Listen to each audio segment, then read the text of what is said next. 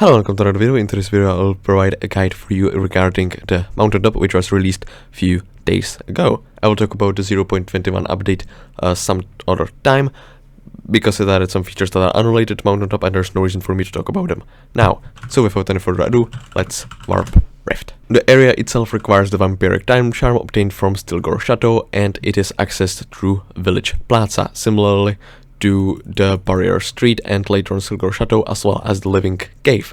Entering either of these areas does not make it easier to enter the other of these areas, because it's effectively a crossroad, which means if I enter here I will need way more time in order to get to Stilgore Chateau if I were to want to go there. There's a lot of stuff here. First thing I will talk about is of course getting the time charm, but there's a couple of things I need to explain in order to do that. Old Timer explains how the ores work and how you can progress them. He will also tell you to get the time gun, which is required for that process. He holds it in hand, but you have to craft it for yourself.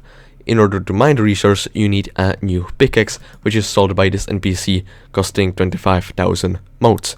The self-recursive pickaxe which you would be using in Living Cave unfortunately does not work. However, this pickaxe and all its upgrades do work on the living metal ore, meaning the resulting pickaxe is quite universal. Mining these glass panes with the purchased pickaxe or its upgrades gives you Youngit, which is a new collection for Rift. It has 6 different tiers. The first of them gives you an ability to craft the time gun, which is used at a Youngit to turn it into Timid or Timite, hard to say how it's pronounced, and then turn it into obsolete in order to actually get these materials. Second item is Eon Pickaxe, which is the upgrade to the anti-sentient pickaxe sold by the NPC, which will allow you to mine Youngit, because the first pickaxe can only mine Youngit. This one will be Youngit, Timid, and the last one Youngit, Timid, and obsolete.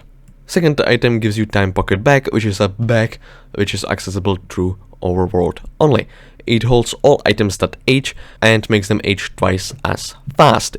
The base amount of slots it has is 6, but it can be increased by paying disc rights. I have not done that because this item is very expensive and I do not feel like doing that right now. Third item is Chrono Pickaxe, which is the last pickaxe tier, which allows you to mine all the mineable materials in the Rift dimension. Highlight is a new aging item, which after 300 hours gives you 300 health regen and 300 rift time. Considering that these stats affect different dimensions, when you consume this item you will get it in one dimension, and you will get the other stat when you enter the other relevant dimension. On top of that, you will also get some of these stats permanently, although I don't know how much that is because it doesn't seem to be showing it. It is crafted from 1 stack of Youngit, 4 stacks of Timite, and 4 stacks of Obsolete. Fifth item is Highlight, which is only a material used to craft 2 different items. First of them is Satellite, which I'll talk about in a second. The second item crafted from this is Enchanted Clock from Gold Collection, which is not related to Mountaintop, which means I'll talk about it another time. It requires 32 Youngit, 32 Timite, and 16 Obsolete. And you need exactly one of those in order to create Satellite, which is a new accessory for the Rift dimension. It does not grant any stats, however, it decreases the time at which you lose Rift time by 20% in elevated areas.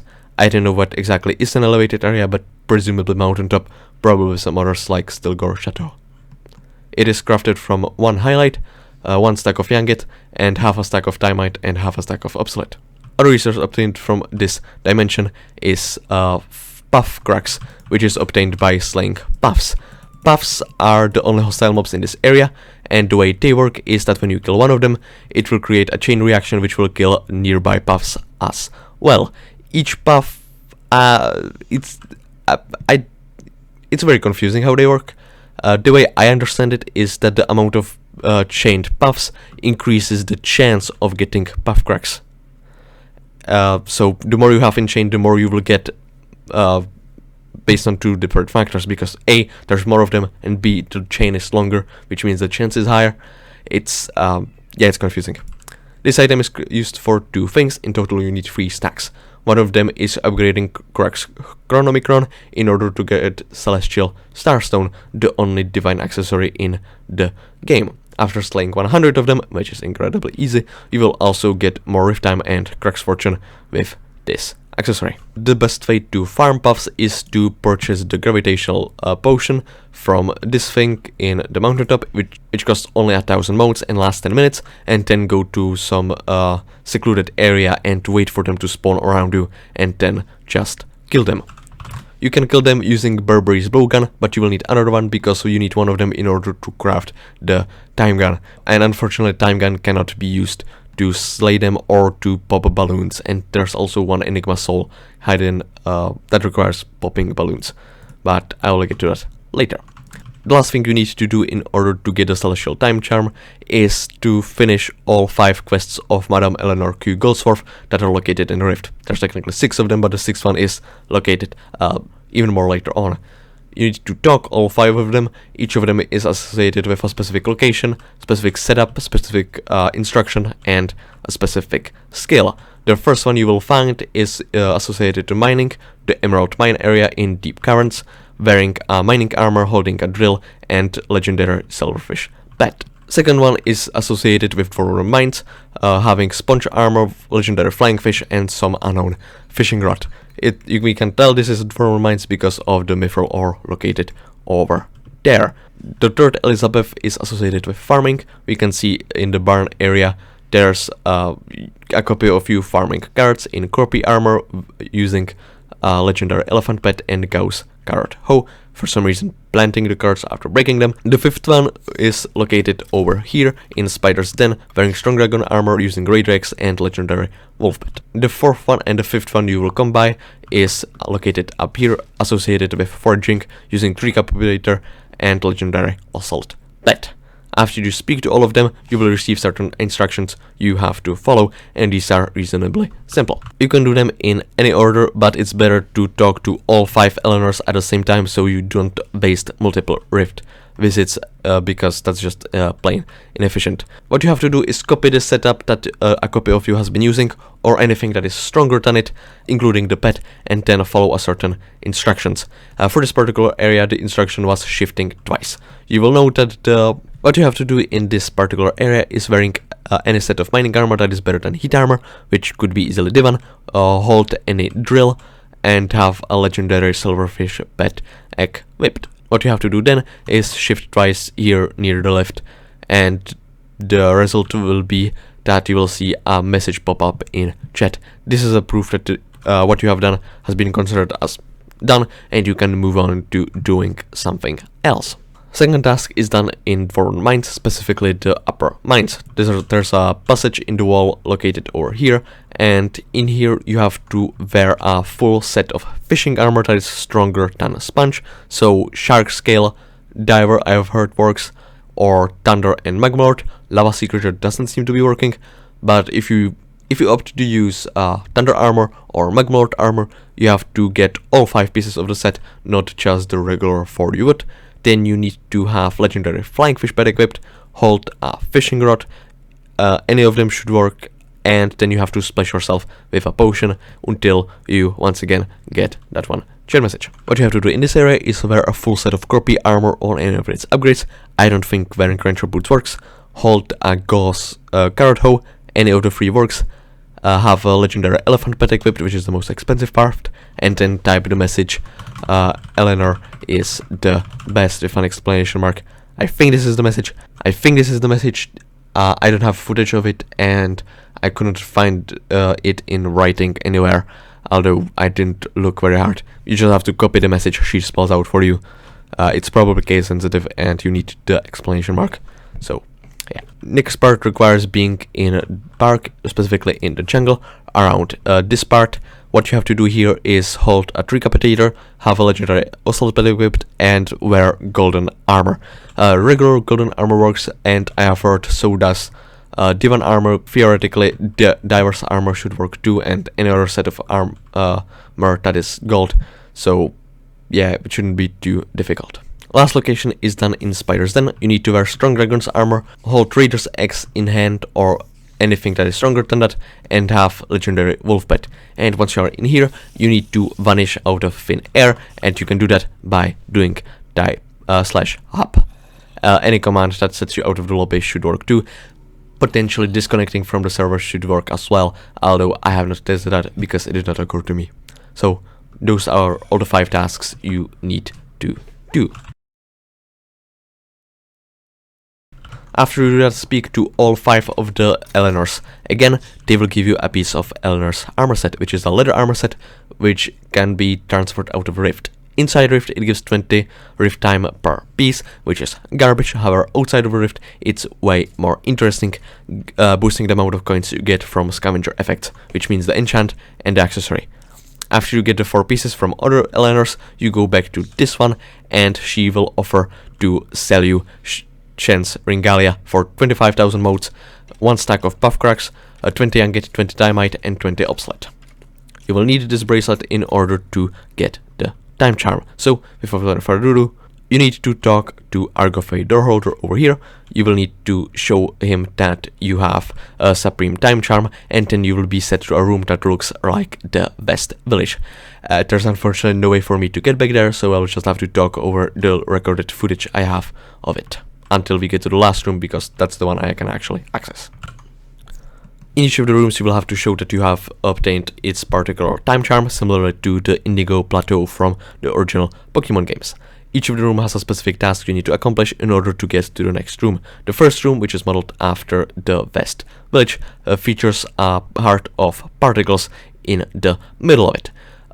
What you have to do is extremely simple. What you need is use the Warding Diamantame item in order to trace the particle trail.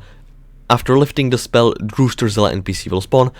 They will ask you for the chicken and egg time charm and then let you in the next room if you manage to get through the door in time, otherwise you'll have to talk to them again. This room is modeled after Mirrorverse. What you have to do is extremely simple. You have to just get to the other side. There are blocks that are invisible on this side of the mirror, but through the mirror or just by hovering over blocks until you see some that have outlines, because you're not in adventure mode, you will just make your way across, show that you have in fact obtained the Mirrorverse time charm, speak in reverse. Then you get to the next room, which is modeled after Berry HQ. It features 2 temporal pillars, which is way more than you see anywhere else in Rift, and you have to just walk through without getting too close to them. I didn't try getting too close to them, but I assume that's what you have to do. The 4th room is modeled after the Living Metal Cave. You need to use the Frozen Water Pungi in order to freeze one of the snakes and then mine it to spawn autumnal NPC, which will let you out of the room into the next one. You'll also get 1 living metal heart for your efforts, because you did in fact mine a living metal snake. The next room is a small version of the Colosseum, featuring B, the phase 1 Backday, in the middle, with 4 globals spawned around it. You have to punch them into Backday to turn Backday into a blubber cyst, which will let you through the room into the next one, which is modeled after Stilgore Chateau. If you look around, you'll find that there are 2 blood effigies located near the top of the room. What you have to do is break 2 of them. Each of them lasts about 2 minutes after being broken, and you need to make sure both of them are broken at the same time in order to get to the next room. First of them is accessed through a hidden ladder to your right. The second one is accessed through a hidden ladder on the far left side of the room behind a castle tower. You cannot use abilities in here, which does complicate it because you do need to do some parkour, although this is very much an easy part of the Mountaintop quest. After getting through the Stilgore Chateau part, you will enter through this door in this part. This room has 2 exits. One of them requires getting all the time charms by speaking to the last Madame Eleanor of this area. Why is there Monty's puppet? And the another one requires speaking to Obo, which requires Shen's Ringalia. Ringalia, not Regalia. Regalia is an accessory. Ringalia is a bracelet. But there's one more thing you can do in this room, which requires Horzuka, if I still have it somewhere. Yeah. By taking Horzuka and going over here, you will see a breakable wall that you need to blast a horse at in order to get an Enigma soul, the first one that I have been showing to you. After showing that you have Shen's Ringalia, you will get to this room, which features a puzzle which has a total of 5 tiers. The 3rd one will award you the time charm, the 5th one will then award you something, I forgot what it was. golden belt, I think, legendary belt, which increases your rift time by a percentage, but makes it go down faster, which I think is worth it, but it's unfortunate that neither of these is an upgrade to the previous belt and bracelet. This puzzle is relatively simple. By flipping lights, you will turn some specific lamps on or off, and your goal is to have all 7 of them turned on at the same time. This is relatively easy. I will show you a solution, but I do encourage you to try it for yourself, because it's fun and doesn't take very long time, and it's also not very difficult. Each of them will spawn an NPC, which will let you access the new tier and give you some dialogue, which is pretty uninteresting. The second solution is 2, 4, and 6. The third solution is 3, 4, and 5. Fourth solution is 3, 4, and 7. And the last one is 3, 5, 6, and 7. After doing all of these and speaking to the NPCs, you will receive a Celestial Time Charm, which you will need promptly, and also the aforementioned belt. What you have to do then is talk to Madame Eleanor Kugels for the second. After you show her the Celestial Time Charm, you will be able to pass through the door to be able to face Wizardman once again in the Wizardman Bureau. What you have to do here is defeat him in all 3 minigames, each of them 4 times, because each of them gives you 1 fragment. You need 4 fragments to upgrade previous tier of the armor set to the next one, and after you get the 3 bottom parts, you will also receive the wizard face, which is a helmet that is completely separate from the anti-bite scarf. First of those minigames you have to defeat him is a temporal race, which takes place in this room if you are wondering why you can't do anything here. What you have to do is click ready, do not step on the plate, it's actually its face, and you have to run. Also do be careful that some of the islands do in fact fall. The route Wizardman takes is pretty random, and sometimes there are power-ups which will send it back. I'm pretty bad at parkour, although I should have footage of myself defeating him, so I'll just play that instead of this.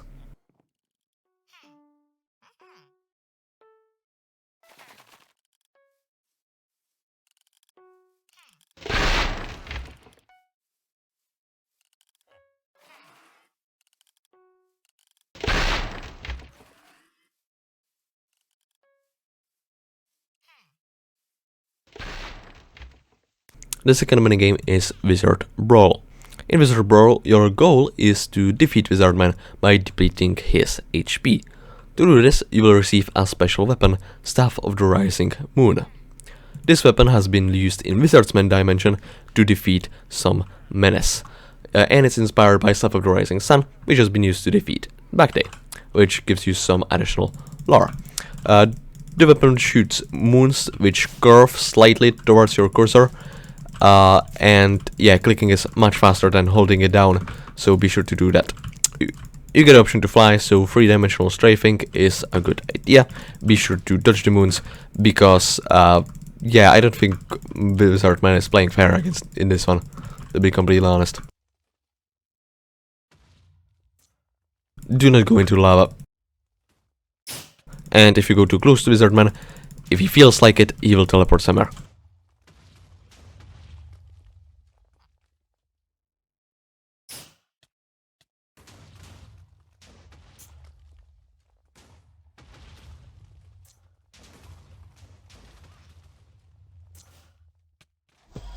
Easy, first try, not even sweat.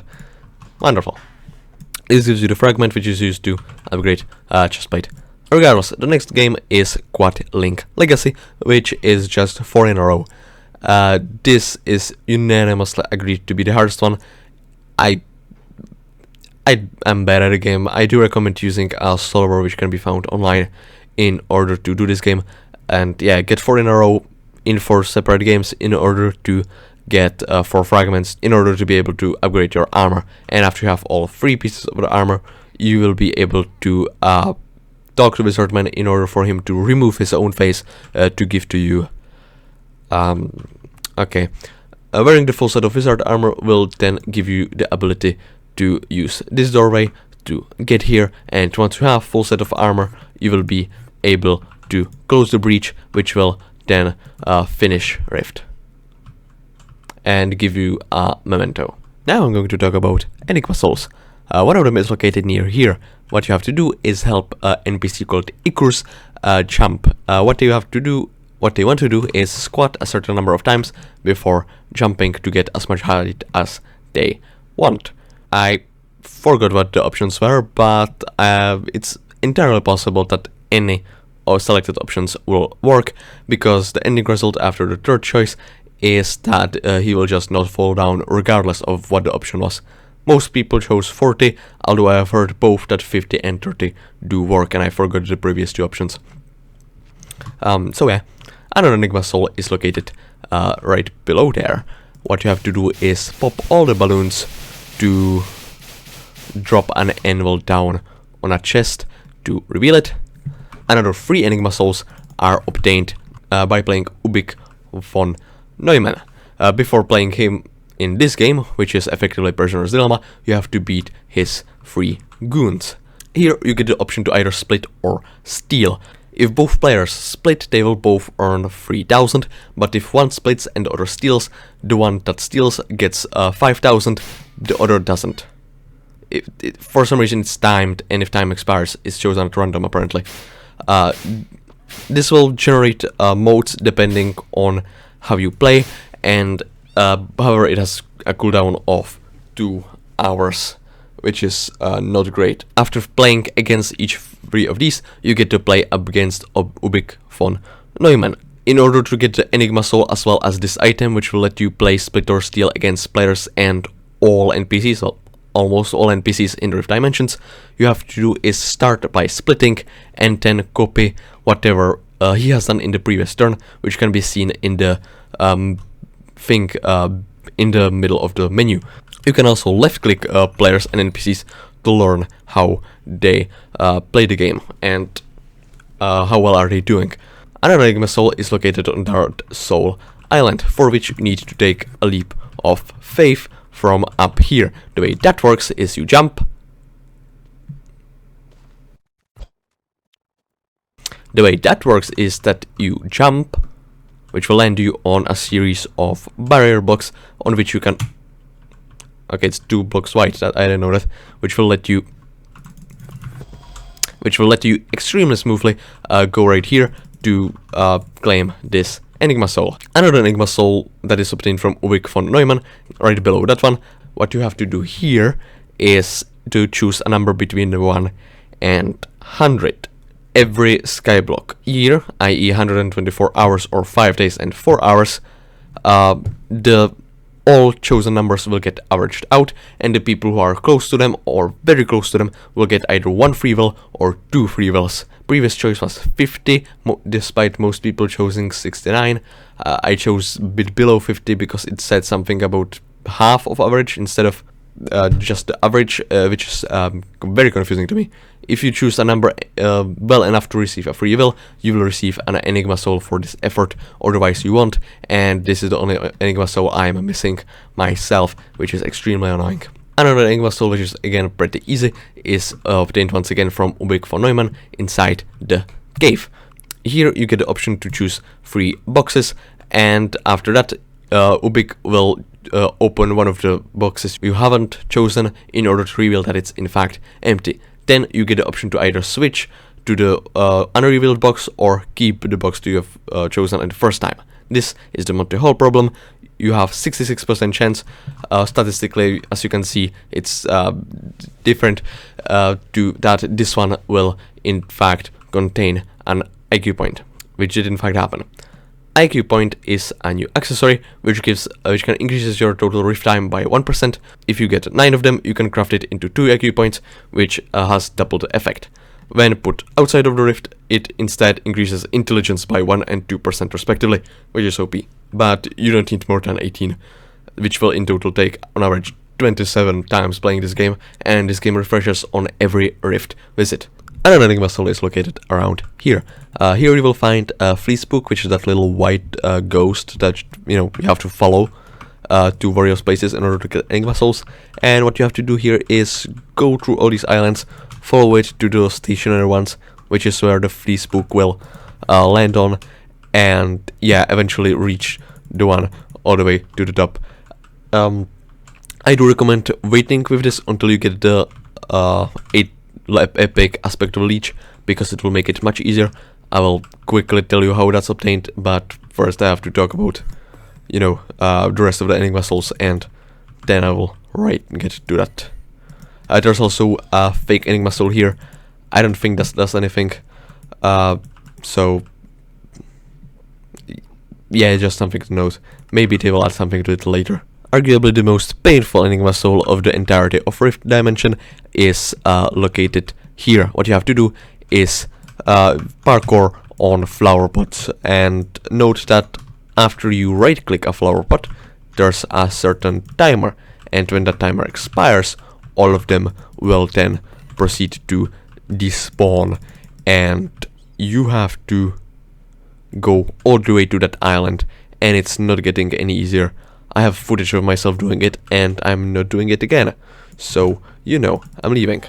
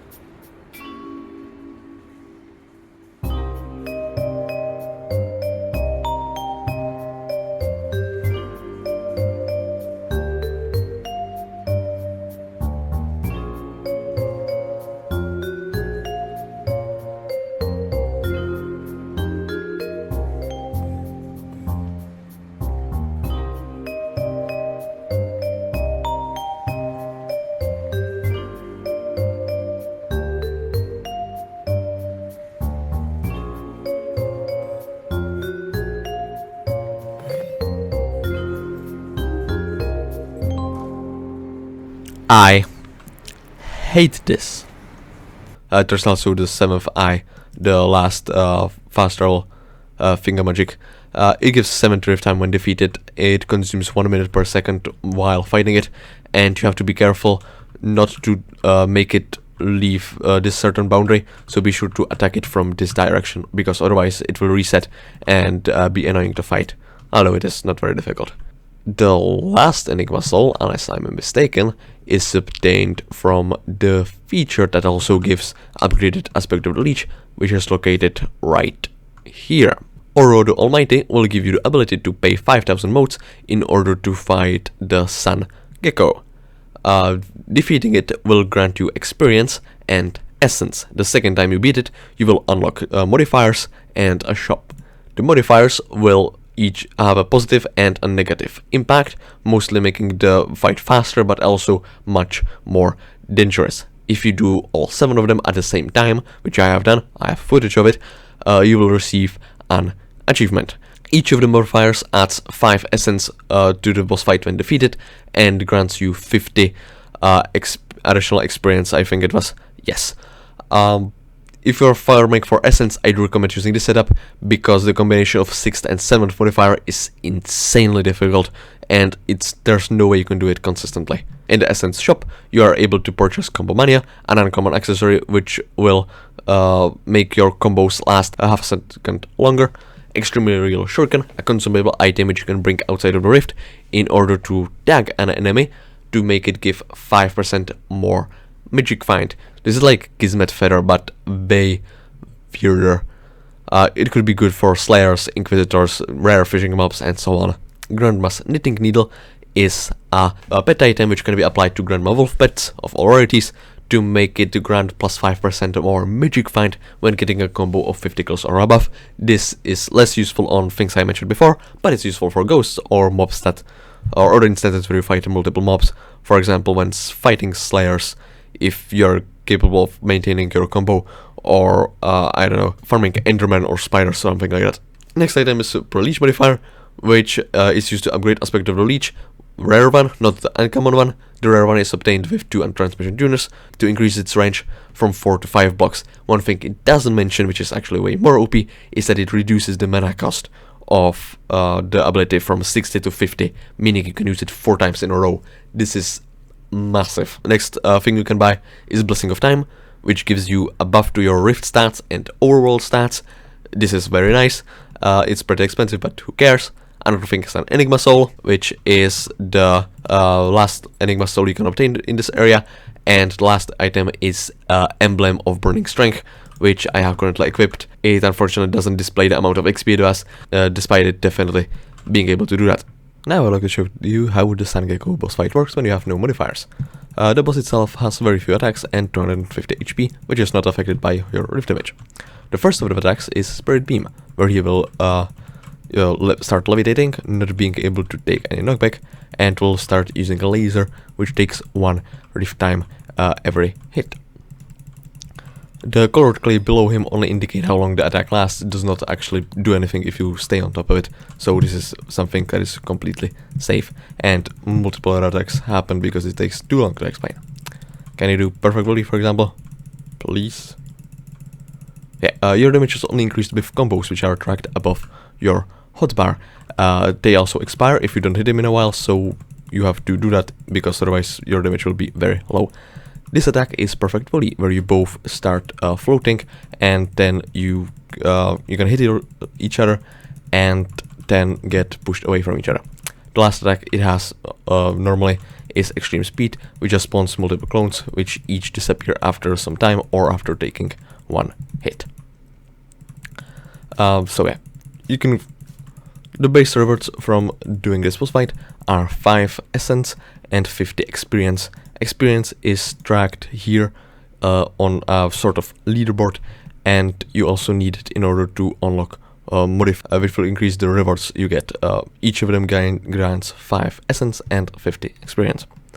And the Essence is used in the Essence shop, which I have already explained. Now I'd like to show you the Sun Gecko fight with all 7 modifiers while also explaining them. The first modifier spawns time shurikens around the arena. By picking them up, you can then throw it at the Sun Gecko in order to deal the same damage you would do with a melee hit. The debuff of this modifier is that Sun Gecko will proceed to revive after dying, which is not that big of a deal because by that time we will have high enough combo for the second phase to not be particularly long. The second modifier makes it so that if you upgrade your combo modifier, you will stun Sun Gecko with your next attack. However, losing combo will make you take 4 hearts of damage, so be sure to avoid that. The third modifier for the first 30 seconds will make the combo modifier take 1 less hit before being increased, but it will add a 3-minute time limit on the Sun Gecko boss fight, after which you will take increasing damage every second. The fourth modifier adds traps, hazards and buffs. There's only 1 trap which deals instant damage. Hazard means that one particular part of the arena will become a hazard zone and afterwards will deal damage if you stay in it. And the buffs are heal, which disappears if you have the 7th modifier, speed, granting 10 movement speed until the rest of the boss fight, and combo modifier, which instantly gives you extra combo, but remembering your progress for the next one. The 5th modifier reduces your hearts by 1 per active modifier up to 7, but makes your combos last 0.2 seconds for every combo as well, up to 1.4. The 6th modifier adds a nuke, which deals a lot of damage, presumably instantly kills you, unless you left click on it for quite a while. You have about 20 seconds to do this. However, every time you take damage with this modifier, you will also get 10 mana, which is garbage trade-off. The last modifier makes you unable to heal yourself, but combo modifiers will require 1 less hit in order to be upgraded. Another thing you can do is talk to Detective Amog over here. Somewhere he will tell you that he's working on a reverse murder, which you have already helped him solve. If you finish the quest in Plaza, I don't know what will happen if you haven't. And what you have to do is just talk to the NPCs you have talked previously, as seen from the footage. I will be sure to edit. And then you have to prevent yourself from slaying Ramiro, which will then grant you Ring of Eternal Laugh, on top of having Ring of Broken Laugh. Both of them grant 80 seconds of rift time, which is a lot of rift time, so that's nice. After you're done with that, and after you finish this quest, Ramiro will then reveal that he has actually placed the bloodstain, which made you slay Ramiro and then slay yourself, and then he will move to a new location over here. He'll stay right around here, and he will tell you that you have to slay him as well. Slaying Detective Amog will award you wallet, which cannot be sold to Mode Scrubber, but it can be transferred outside. Wallet can be sold to NPCs for 500,000 coins, similar to Doublon of Family, which can be sold for 100,000 coins, which is very much not worth it. I would just keep it. I'm pretty sure you can place it in a museum, so you can do that. Isn't that nice? So yeah, this will be everything for this video. If you liked it, leave a like and subscribe so you don't miss the next one. Be sure to tell me in the comments which Rift area is your favorite and why, and I will see you in another video.